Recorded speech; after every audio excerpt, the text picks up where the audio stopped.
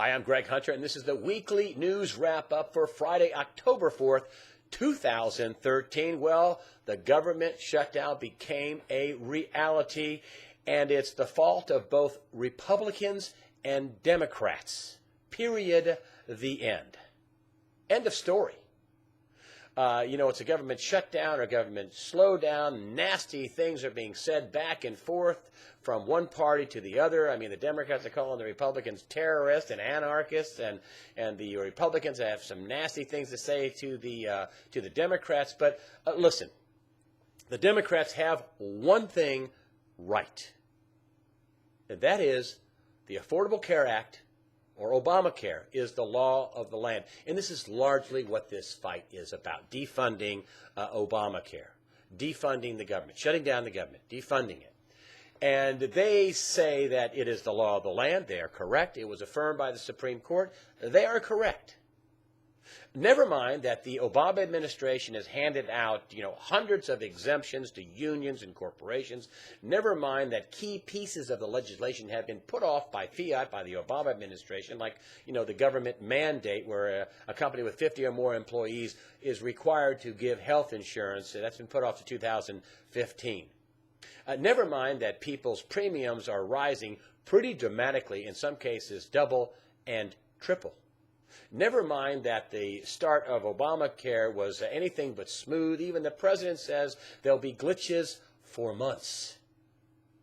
And never mind that many families who sign up for Obamacare are going to need subsidies, as if we can just go to a subsidy tree and pull one off. It's going to indebt the country even further. It's a gigantic, enormous entitlement program when we should be cutting back on that, and we have an enormous debt and commitments of a couple $100 trillion far into the future, a $17 trillion and growing debt.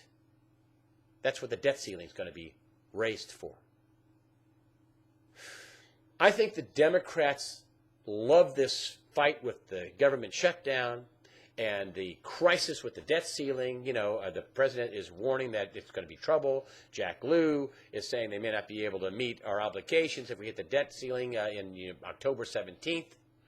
He should be able to meet them because he can just choose what not to pay and what to pay, and the debt has to be paid. And he'll have the money to do that, but who knows what they will do to get an issue for 2014. That's the second thing. We're really talking about 2014, the midterm elections. Remember how I told you that Obamacare is going to be a loser for the Democrats in 2014? Who knows? Might they stare each other down till we have a debt ceiling confrontation where we default on some of our debt?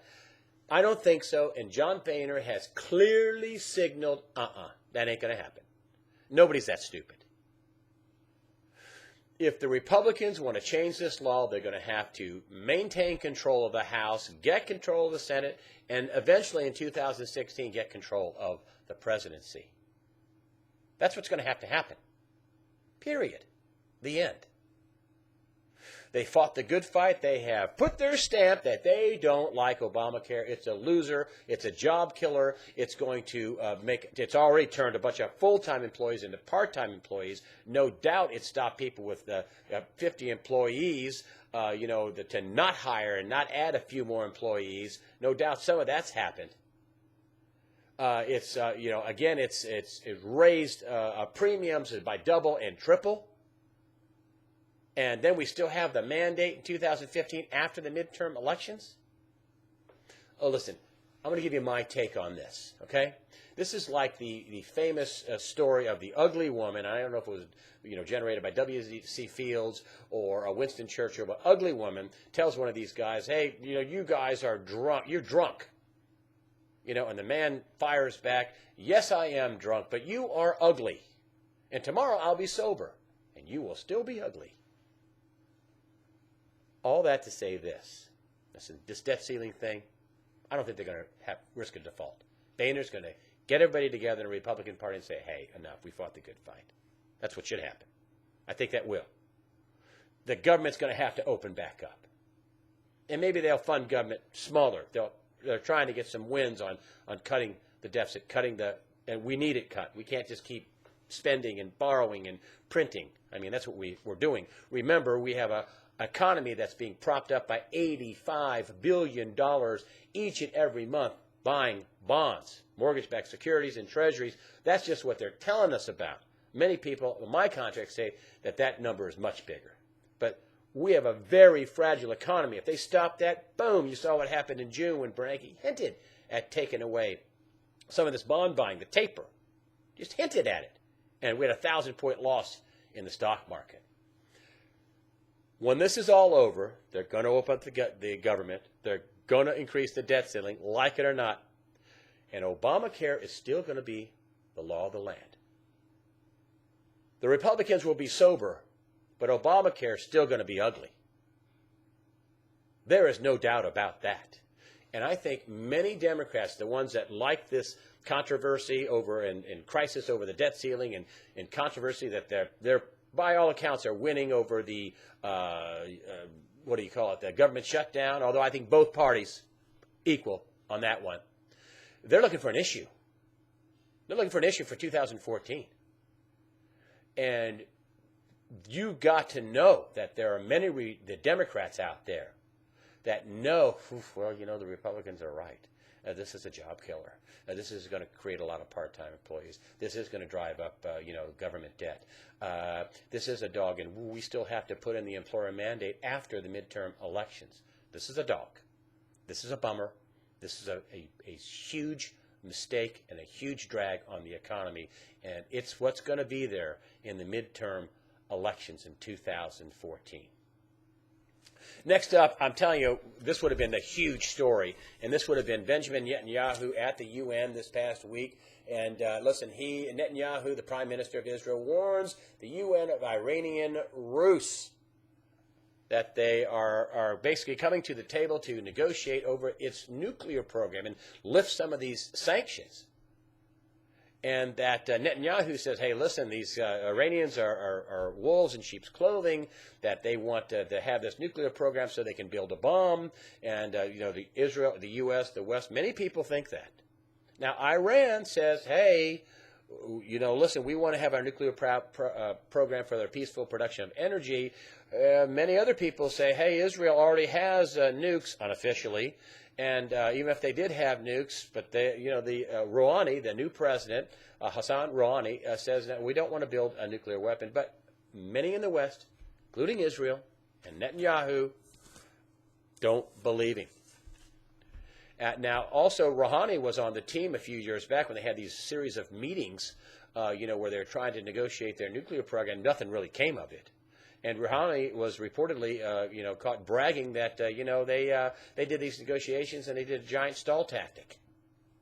That's what Netanyahu basically is claiming. This would have been a big story this week, but it really got pushed back to the, second and third pages of the newspapers and way down in the newscast that, and the Israelis are freaking out.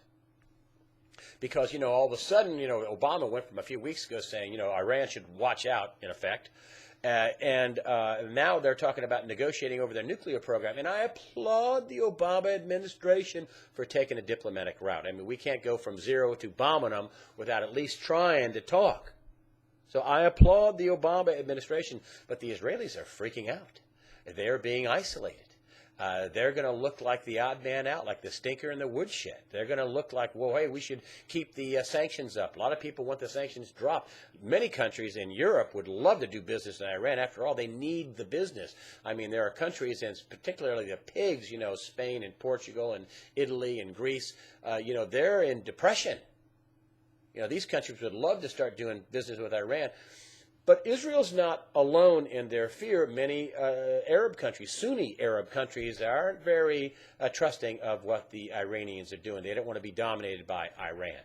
Complicated story, a lot going on, but at least for now, it doesn't look like we're headed for war. And finally, I just want to leave you with a good piece of news.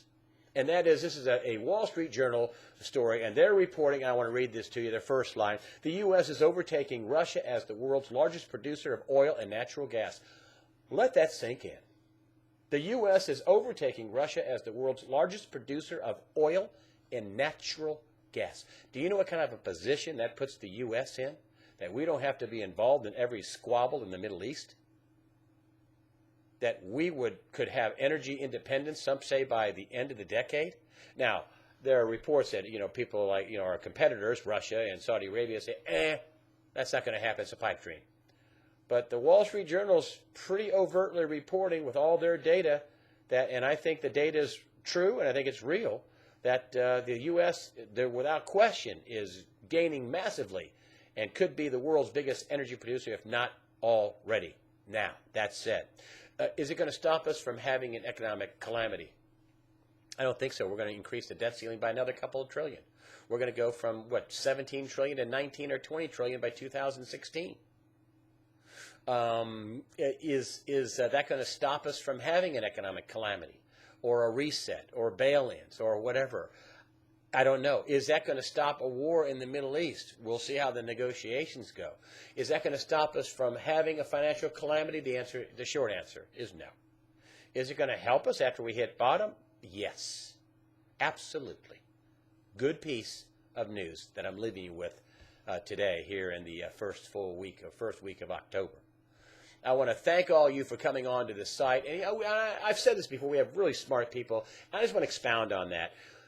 We have people that put in links, that give analysis, that add to the post, that add lots of value, lots of reading. Some of my friends say, I just love coming on reading the comments. It's the best part of the site. It's very good.